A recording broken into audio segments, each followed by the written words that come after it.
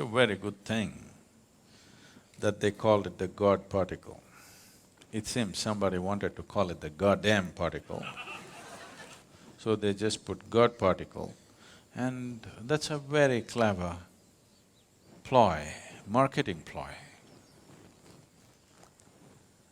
You must be glad that scientists are becoming market savvy.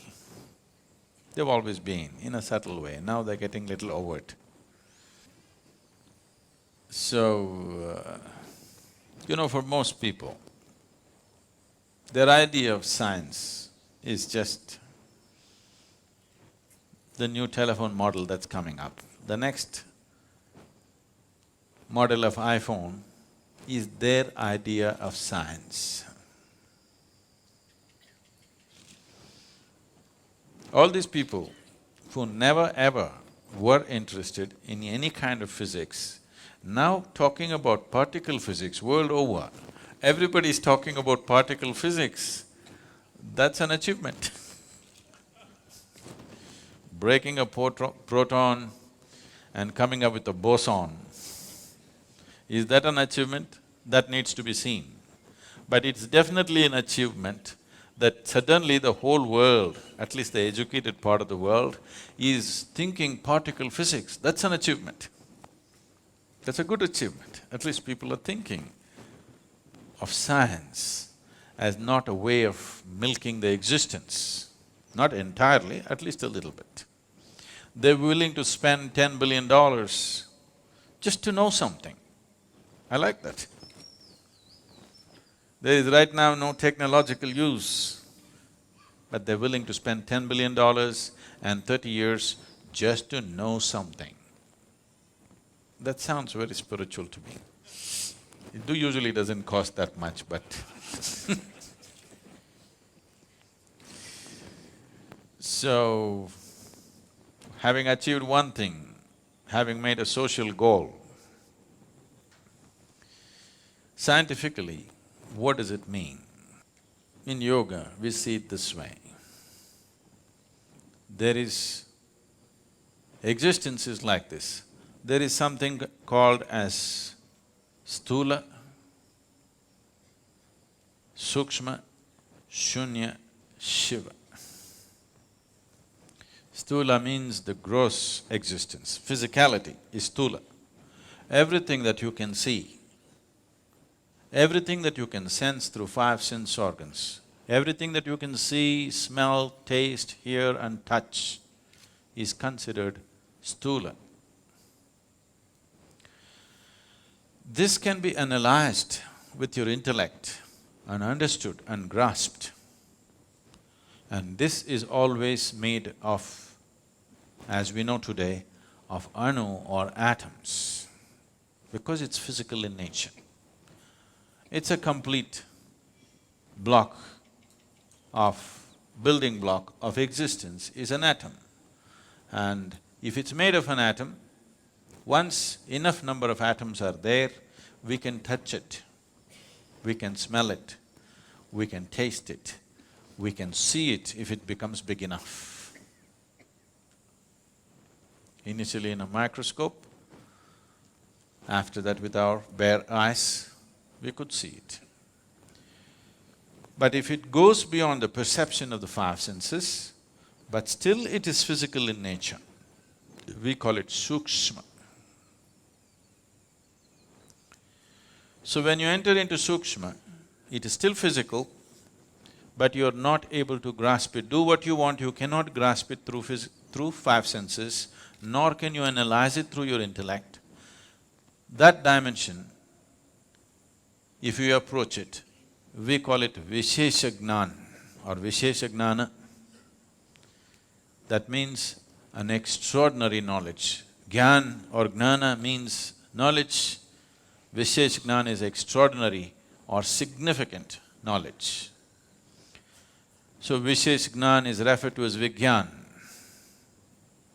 The word vigyan is being very loosely used today, but essentially it means this: those dimensions which cannot be perceived through five senses, if you perceive them, that is vigyan. So today, science is entering those spaces. Because never ever is anybody going to see a Higgs boson.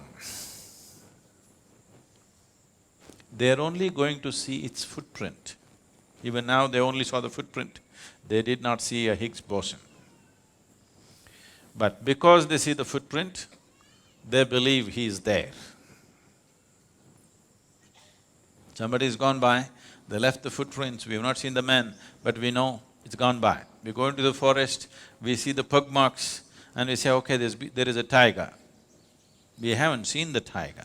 In fact, in a tropical forest, it's very difficult to see a tiger.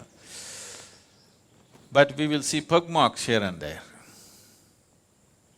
Just like that, they saw the footprint. So they're entering Vishesh Gyan. If you go further, it will become shunya, that means absolute emptiness. There,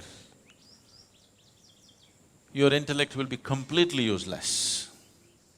Your senses will be completely useless because there is no physicality. Where there is no physicality, your sense organs and intellect will become absolutely redundant. If you go beyond shunya, there is something that we refer to as Shiva. When I say Shiva, don't imagine that calendar man from Shivakashi.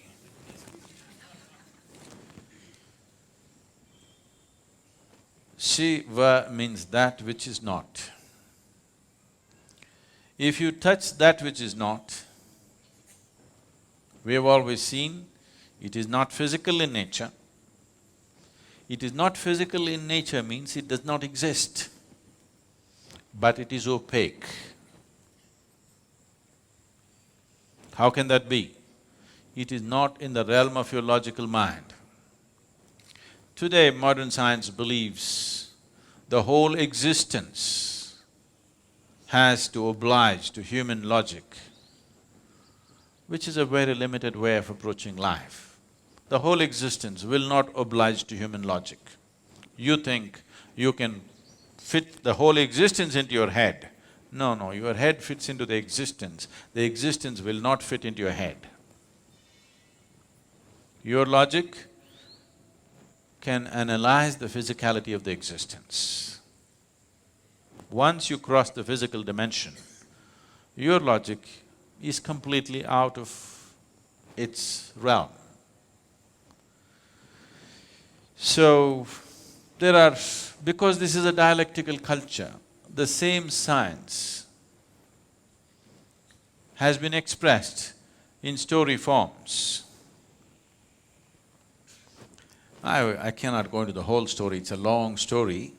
But when I told this story to one of the top scientists in the world, when I was speaking to him and I explained this, see, this is how it is, this is the nature of the existence. This is from the yogic lore, but we are always told not to believe the lore till it becomes a reality in your experience. And this is the reality in my experience. If you go like this is what will happen. So when I spoke to this very top-level scientist, who's a Nobel laureate, and I was telling him that this is what it is. There were a group of… Hello? There was a group of them, and when I explained, this is how it is within me, what do you think? They said, Sadhguru, if you can give a mathematical backbone to what you're talking, this is Nobel Prize stuff. Can you give a mathematical background? I said, I'll never bother about the mathematics. It's true for me and it has transformed everything that I am because it's true for me. Everything that I ever was changed simply because I touched this dimension within me. I don't wish to work equations for that. And anyway, Nobel Prize wouldn't mean anything to me, I would be too embarrassed by such things. So, this story, because I will make it so brief, there could be holes in it. If I make it elaborate enough, there'll be no holes in the story, it's a perfect theory. And we have proved it within ourselves that it is true. But you want to build a $10 billion instrument under the ground to prove the same thing, it's up to you. This can be experientially proved within yourself if you are willing to go into the depths of what this is. Because this is made exactly the same way the whole universe is made. If you go deep enough into this and you know how this is made, by inference, you know how everything in the universe is made. By inference. And even now, science is also only inferring. Today modern science has admitted that it's an ever-expanding universe or an endless universe. Rather, ever-expanding is a yogic term, they are calling it an endless universe. If it's an endless universe, trying to travel across the universe and find out the nature of the universe is untenable, isn't it? Simply out of question.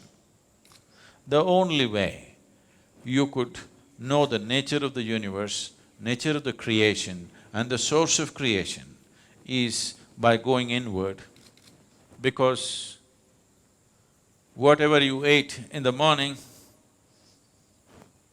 whether it's a idli or a dosa or a banana, has been transformed into a human being in the last few hours. Nobody else can do this except the source of creation. So if the source of creation is right here, if you want to know anything about creation, isn't it the best place to consult? If you want to know anything about creation, isn't the source of creation the best place to consult? And if you had to go to heaven for this, you could give it up. If it is right here, why don't you consult? Simply because you're too enamored by your own thought. You think you are going to capture the whole universe with your thoughts. It is a foolish way to approach. The only reason why science has survived is because of technology. It keeps throwing out technologies.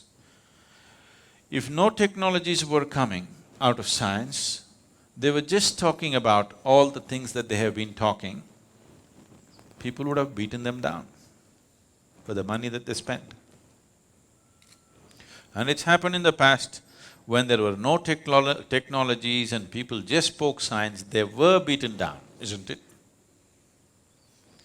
So, science has its value in terms of utility, but science cannot open up the existence for human experience. It will not, it can never do it, because they are going with intellect. Intellect as an instrument works only to dissect. The only way intellect can approach anything is to break it up and see. If you ask a scientist to find out something about this flower, first thing is he will break it up into pieces. I think I should ask a scientist to make me understand one of you. He will talk about dissecting you then.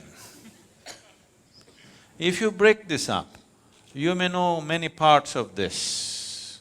You may know the structure of it, you may know the chemistry of it, but you will not know the beauty of it. You will not know the completeness of it, because the flower is an expression of a plant finding its fulfillment. It is the highest thing for the plant. For its life, this is the highest happening. It's the flowering of that life. You will not know that. You will not see the hand of the Creator in this if you break it up. But as a whole, if you are willing to pay attention, absolute attention, if in your approach you make this flower more important than yourself and keep your focus on it, you will see the whole universe in this. If you break it up, you will have petals, you will have other parts of the flower, and you will come to vulgar conclusions, and then you will learn how to make use of it. So right now, unfortunately, our approach, what we call as science, has become like this: how to use everything in the universe for our benefit. If you see a tree, in America they call it wood.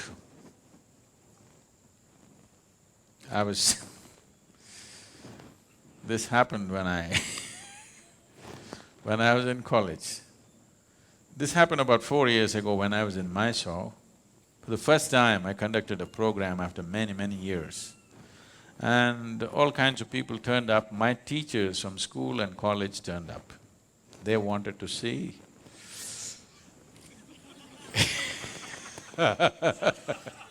what has happened to me. So after I spoke there and we had 2-day event, and then my English teacher came and hugged me and she said, "Now I know why you wouldn't let me teach Robert Frost." I said, "Why, ma'am, why would I not let you teach Robert Frost? I like Frost." She said, "No, do you remember, you wouldn't let me teach Frost?" Then I remembered. One day she came and she opened the book and she introduced Robert Frost as a glorious poet, and then she started off, "Woods are lovely, dark and deep." I said, "Stop." I said, "A man who calls a tree a wood, I don't want to listen to him." She said, "No, Robert Frost is a great poet." I said, "I don't care how great he is. A man who calls a tree a wood, I will not listen to him." I didn't let her teach. I didn't let her teach Frost. So after many years, she comes up to me and she says, "Now I know why you wouldn't let." So, if a tiger comes here now, from the mountains I mean, if you come from Sri Lanka, that's different. If a tiger comes down from the mountain, looks at you, he will think, "Wow, dinner." So you look at a tree and you think, "Wood." It's all right for a tiger to do that, because that's all he knows. But it's not all right for you to do that, isn't it? But right now, that is all science has become. Anything we see, how to make use of it. Anything we see, how to make use of it. Even an invisible atom, we won't leave. Even the goddamn boson. Already people are talking about in how many ways it could be used. We could make a boson bomb. Do you understand? If we make a boson bomb, all of you will just vanish. We don't even have to deal with your dead bodies. Yes, because you'll cease to exist, just like the boson. Instead of shooting you dead or burning you to death, if we make all the protons in your body collide with each other, you'll just vanish. You want the technology? But they will tell you, no, there could be medical uses to it. We could do this, we could do that. Yes, I know all that. But just the idea, it doesn't matter what, you cannot look at anything without thinking, in what way can I make use of it, is a very crass way to exist. With this level of existence, you will have everything and you will have nothing. This is modern life. People have everything like never before, and they got nothing in their lives. Nothing that you can call of any worth. People who have everything and cannot feel life in any significant way, when they die or when the moment of death comes, they will see that they spent these whatever number of years without living a moment, because what can I get is a sure way not to live, because from what you get you can only make a living. It's only by what you give that you make a life. So giving does not mean money or something else or something else. It is just that this moment, if you look at this tree, how totally you can give yourself to this tree, that is how intensely you know life. If you sit here and calculate, what can I get out of this tree, you will completely miss life. Completely. Life will evade you. So, this kind of science which denies you life should be restricted, if you ask me. I know I'm going to be hugely unpopular because somebody is going to Twitter and say, Sadhguru says science should be curtailed. It's all right. I'm telling you, a science which is driven just by what can I get out of it needs to be controlled a bit. Otherwise, human beings will have everything and they'll have nothing. When that is your experience, then you will destroy everything. Today, the planet is not being destroyed because of something else. It is just unbridled use of technology, isn't it? It could have been used for our well-being, but it's working against us because we have not worked the other dimensions of life. We're just going with this, what can I get, what can I get? If you go with this, there'll be no planet left after some time. But even if the planet is left, suppose we rope in another 10 planets, still it will not be enough. We will still have nothing, we'll have everything. This is my experience. Science should have been just a quest to know, not to exploit the creation. It is just a longing to know. Human longing to know wants to find expression in every possible way. Physical sciences is one of the ways, perfectly fine. But once it starts serving the masters who sponsor it, then if businesses sponsor it, they're looking for profit from it. If nations sponsor it, they're looking how to make more powerful weapons out of it all the time. You must understand this. The cutting-edge science always first becomes cutting-edge military technology. Only after that it comes down to other uses. How many lives has it taken? How many more do we want to take? That's a question. So, this goddamn particle, one good thing it's done is, the whole world is thinking particle physics. I like that. That's nice. But do you know the boson is named after Satyendranath Bose? You know this? No? It's an Indian mathematician, a self-taught mathematician. As Albert Einstein acknowledged, he said, the Western sciences couldn't take a single step without the Indian mathematicians.